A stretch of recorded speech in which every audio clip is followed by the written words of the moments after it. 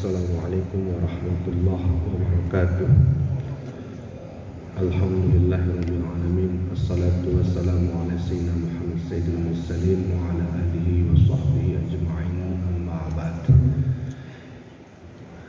Jemaah salat zuhur Masjid Ukhuwah Islamiyah dimuliakan Allah Subhanahu wa taala. Kita panjatkan segala puji bagi Allah Subhanahu wa taala yang telah memberikan kita kesehatan, nikmat, sehingga kita bisa selalu dan insyaallah tetap konsisten menjalankan perintahnya dan menjauhi larangannya. Salawat dan salam kita aturkan kepada Nabi besar Muhammad sallallahu alaihi wasallam yang selalu kita ucapkan selawat baginya. Semoga kita meniru, meneladani beliau dan mendapat syafaatnya di yaumil hisab kelak. Baiklah, jamaah salat zuhur Masjid UI yang dimuliakan Allah Subhanahu wa taala, menyambung dari pembahasan sebelumnya di setiap hari Kamis tentang makna kehidupan juga kematian dalam literatur tasawuf atau kitab-kitab tasawuf. Imam Ghazali dalam salah satu karyanya yang berjudul Kimya'us Sa'adah atau The Alchemy of Happiness atau kimia kebahagiaan selalu menyebutkan atau menulis sebuah kisah tentang bagaimana manusia memaknai kehidupan yang memberikan perumpamaan dengan seorang manusia yang sedang kehausan di tengah gurun, kemudian dikejar-kejar, tiba-tiba datang seekor singa yang mengejarnya. Pada saat ia sedang berlari untuk menjauh dari kejaran sang singa, ia mendapati di depannya ada lubang. Tanpa berpikir panjang, si pemuda tersesat dan kehausan di tengah gurun ini dan yang sedang dikejar oleh singa ini masuklah ke dalam lubang tersebut.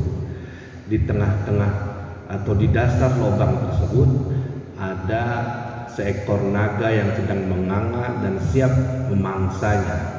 Kemudian pemuda tadi bergelantungan dan nyangkut di dahan pohon. Nah, dahan pohon itu di pangkal atau di ujungnya juga banyak beberapa rayap ya, atau binatang-binatang yang sedang memakan ranting tersebut, yang artinya setiap saat ranting itu atau dahan itu pasti jatuh ya, atau pasti putus. Nah, pada saat bergelantungan di dahan tersebut, seorang pemuda ini melihat beberapa atau segerombolan atau koloni lebah yang sedang mengeluarkan madu. Tanpa berpikir lama, ia pun mengambil atau meminum madu tersebut hingga lupa bahwasanya dia sedang dalam ancaman. Nah, Imam Ghazali dalam buku Kimya'us Sa'adah menyebutkan cerita ini atau memaknai cerita ini dengan perumpamaan bahwasanya manusia itu setiap saat dia akan dikejar-kejar oleh kematian.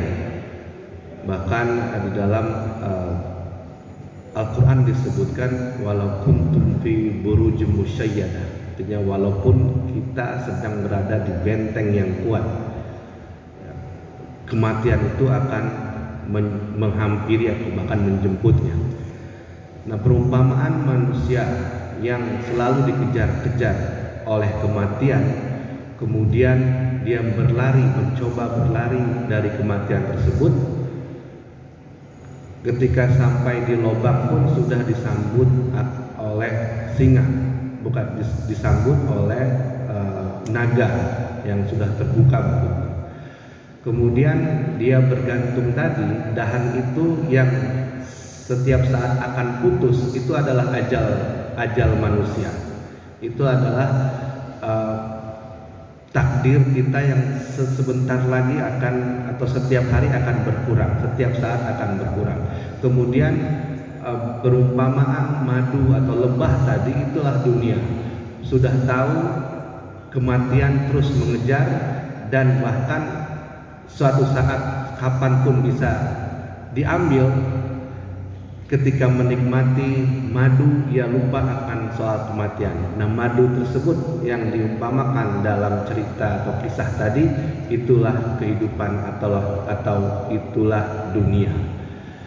Dari cerita ini bahwasanya kita bisa ambil kesimpulan, dunia tentu akan selalu melenakan kita atau melalaikan kita, bahkan akan lupa atau bisa lupa daripada kematian. Sering sekali saya sebutkan tentang kalimat dalam bahasa Arab yang tertulis dalam Nahjul Balaghah. Itu disebutkan an-nasu niyamun wa iza matu intabahu. Manusia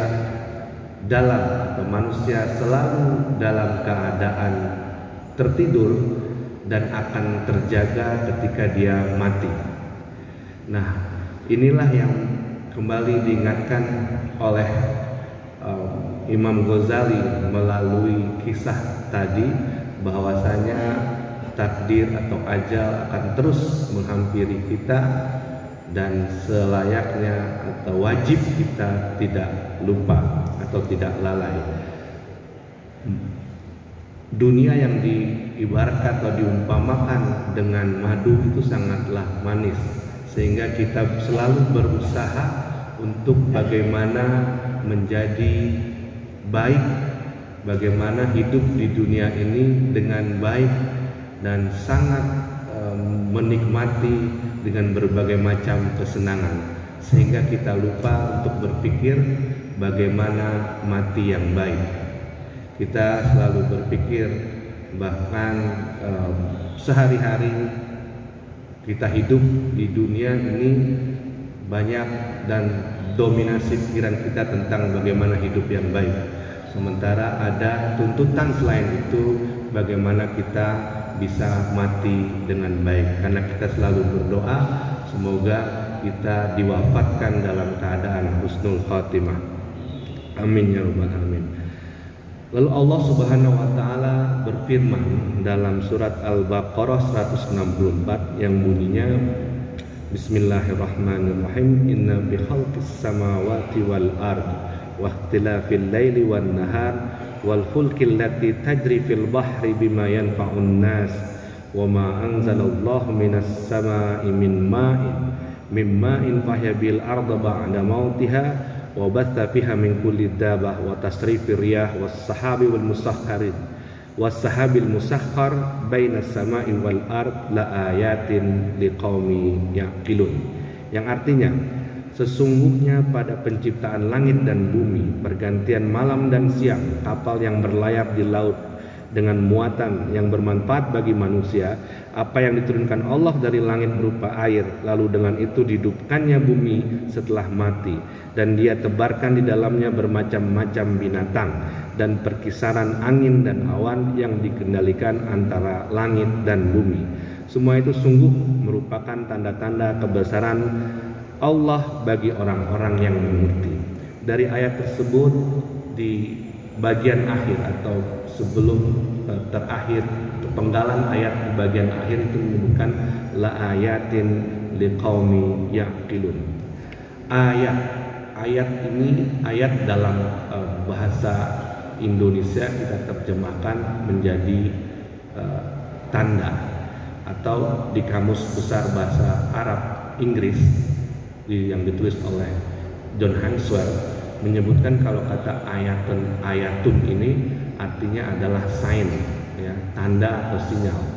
Nah, sebagaimana sinyal, dia pasti bukan kembali kepada tanda tersebut, ya. dia kembali kepada apa yang disampaikan oleh tanda. Ayat Al-Quran tidak kembali kepada ayat tersebut, tapi apa yang dia sampaikan. Akhirnya kita menyebutkan bahwasanya Al-Quran itu adalah kitab, ya, kitab yang memberikan tanda. Dia adalah tanda-tanda bagi kita bagi manusia yang berpikir. Jadi sesungguhnya kitab Al-Quran itu atau ayat-ayat suci Al-Quran itu sebenarnya semuanya memberikan tanda kepada kita bagi orang-orang yang berpikir. Kembali kepada tanda, jika kita hubungkan dengan kematian, kita kenal biasanya di kuburan itu ada nisan. Nisan itu berasal dari bahasa Persia yang artinya juga tanda. Nah, tanda, karena dia tanda, dia tidak kembali kepada nisan tersebut, tapi apa yang disampaikan oleh nisan tersebut.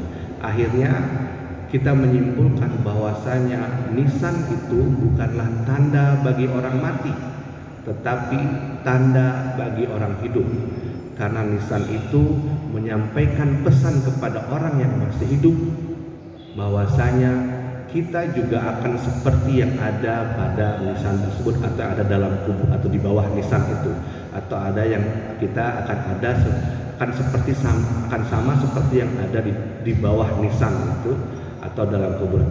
Nah, jadi nisan itu sebenarnya tanda bagi orang hidup, ya, karena orang hiduplah yang bisa melihat atau memaknai nisan itu, sementara orang yang sudah meninggal sudah lepas atau bahkan sudah tidak terikat lagi dengan dunia ini.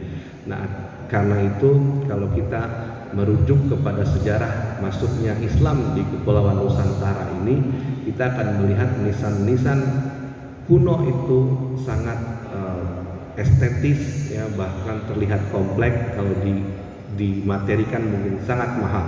Artinya nisan-nisan kuno itu atau orang yang dikuburkan di situ bukanlah orang sembarangan atau bukan orang biasa. Ya, biasanya dalam kesimpulan arkeologi Islam itu selalu dua saja, kalau dia raja, kalau bukan dia raja atau keturunan raja, atau dia adalah tokoh atau ulama atau ilmuwan yang memiliki banyak pengikut.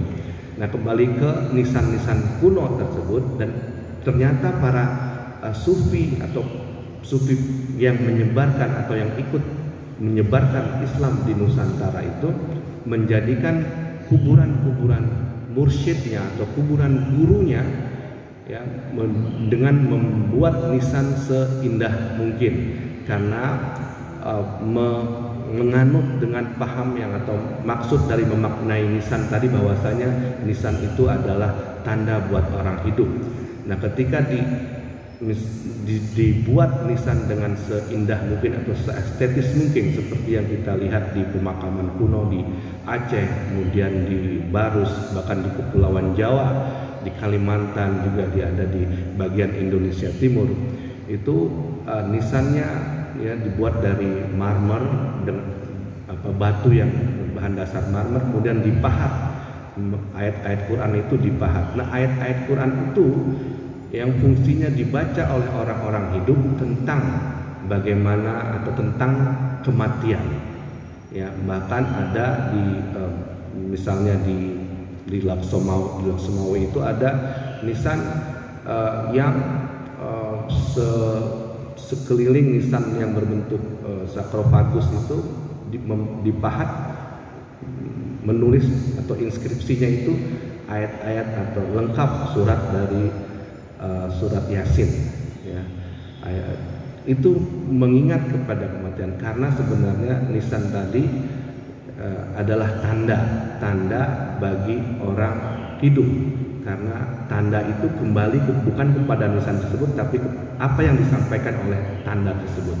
Itulah ayatun yang dalam Al-Quran kita terjemahkan atau kita maknai sebagai tanda. Begitu juga Al-Quran, dia adalah tanda bagi kita yang berpikir. Dia selalu memberi tanda, memberi sinyal, memberi isyarat tentang makna kebesaran Tuhan Allah Subhanahu wa Ta'ala. Demikianlah para jamaah zuhur dimuliakan Allah Subhanahu wa taala.